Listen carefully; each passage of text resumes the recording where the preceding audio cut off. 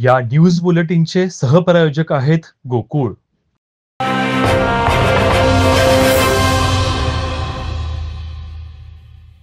ग्रामपंचायतीचे दुकान काळा भाडे का मागितलेस या कारणावरून ग्रामपंचायतीचे माजी डेप्युटी सरपंच विद्यमान सदस्य अजित पाटील यांनी लिपिक सागर पाटील यास मारहाण केली। या घटनेचे सीसीटीव्ही फुटेज मध्ये नोंद झाली असून सागर पाटील यांनी राधानगरी पोलीस स्टेशन मध्ये अजित पाटील यांच्या विरोधात फिर्याद दिली आहे। पोलिसांकडून मिळालेल्या माहितीनुसार अजित पाटील यांच्याकडे ग्रामपंचायतचा एक गाळा आहे। तो गाळा त्याने एका संस्थेस भाड्याने दिला आहे। त्याचे भाडे मागण्यासाठी ग्रामपंचायत लिपिक सागर पाटील हे गेले होते। या गाळाचे भाडे न मिळाल्याने त्याने अजित पाटील यास सांगितले।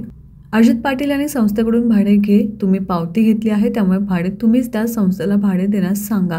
यावरून दोघांमध्ये पाचापाची भाडे का मागितलेस यावरून अजित पाटील यांनी ग्रामपंचायत कार्यालयात जाऊन सागर पाटील यास मारहाण केले।